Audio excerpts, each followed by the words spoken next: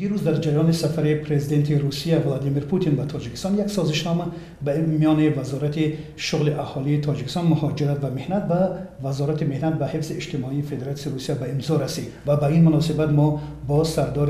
ریاست مناسبت‌های بین‌المللی و رابطه با جامعه این وزارت عثمان علی لطیفی همصحبت می‌شویم و چند سوال در رابطه از جزئیات این سند و هم در رابطه با مسائل دیگری وابسته به بود و باش مهاجران کاری تاجیکستان در روسیه سوال کنیم. سوال ابتدایی ما محترم لطیفی این است که این سازشنامه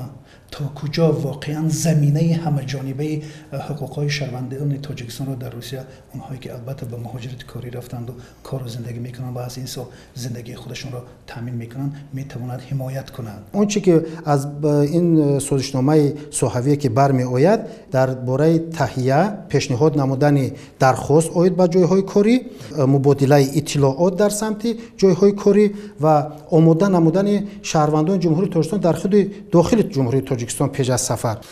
مؤسسه دولتی اگنتی با کار تامین کنی در خارجه که از مبلغ‌های بودجه دولتی مبلغ‌گذاری کرده می شود، این کارهای تشکیل یعنی آماده نمودن مهاجران در خود جمهوری تاجیکستان صورت می گیرد و در اساس درخواستی که از جانب فدراسیون روسیه به ما وارد گردیده است، ما در اینجا مهاجران را تهیه نموده به آن طرف میفرستیم. در دایره این سازشنامه بین حکومتی و سازشنامه اکنون که صحوی، البته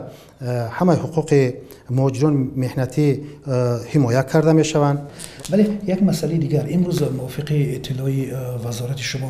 رسما به طور رسمی چقدر مهاجرای کاری تاجیکستان در روسیه کار و زندگی میکنند، به کارها مشغول هستند؟ ما در سال 2016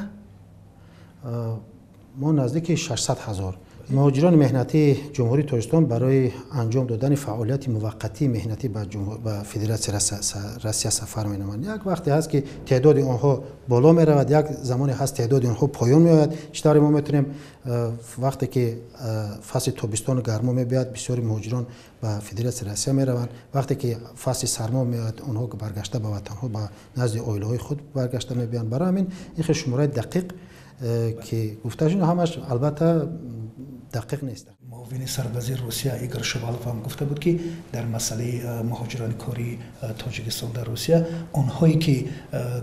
قانون شکنی جدی نکردن امکان دارد که اونها دوباره، اینهایی که به تاجیکستان آمدن و باید برگردن روند و اونهایی که از قلمرو روسیه بیرون شدن و منتظر دوباره برگشتن به روسیه هستن، یعنی امکان دارد سبکی پیش بیاد. در این مسئله آیا وزارت شغل اهالی تاجیکستان با تکیه به این سند صحوی که به امضا رسید کمک و مساعدت خواهد کرد یا نه؟ هر یک یادداشت تفاهم، هر یک گویم سند حقوقی معیاری که بین طرف‌ها در سطح بین‌المللی به امضا رسانیده میشد، البته اون به نفع هر دو طرف هست. یعنی که در این جدا ما پیشنهادهای خود را دایر به این وضعی که شما حاضر گفته گذاشتید، ما پیشنهاد کرده شده، پیشنهاد نمودیم و چطوری که دیدیم دیروز در سطح عالی، یعنی که از جانب اساسگزار صلح و وحدت ملی، پیشوای ملت، پرزیدنت جمهوری تاجیکستان محترم امامعلی رحمان که در سطح بلند این مسئله ها بررسی کرده شدند و چطوری که در قید کرده شد به طور مثبت این مسئله ها حل خود را در آینده خواهد یافت. محترم عثمان علی لطیفی، به شما تشکر زیاد که برای این صحبت های آزاد و باز که به همه سوال های ما پاسخ دادید و امیدوار هستیم که این مسئله به طور مثبت و در پیشرفت این ساحه و در مسئله حقوق و بود و باش شهروندان تاجیکستان در روسیه مساعدت کنند. سلامت باشید. رحمت.